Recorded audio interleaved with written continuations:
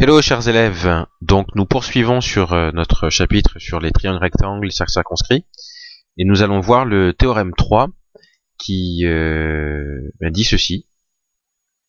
Si un triangle est rectangle, eh bien la médiane relative à l'hypoténuse mesure la moitié de l'hypoténuse. Alors je suis sûr que là, j'en ai perdu la moitié en route, donc on va voir ensuite, là dans un exemple, comment on peut appliquer ce théorème et ce qu'il veut dire exactement.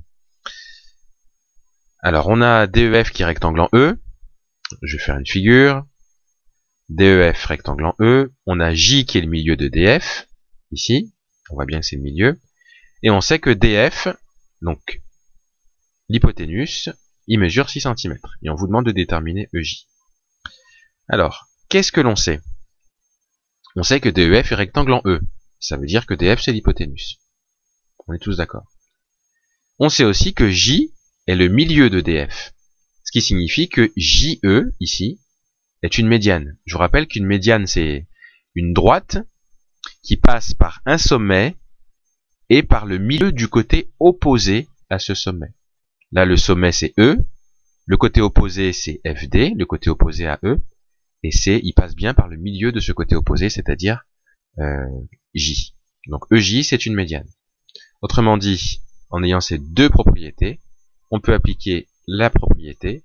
Si un triangle est rectangle, alors la médiane relative à l'hypoténuse mesure la moitié de l'hypoténuse. Ça veut dire quoi, relative à l'hypoténuse? Regardez ici la médiane.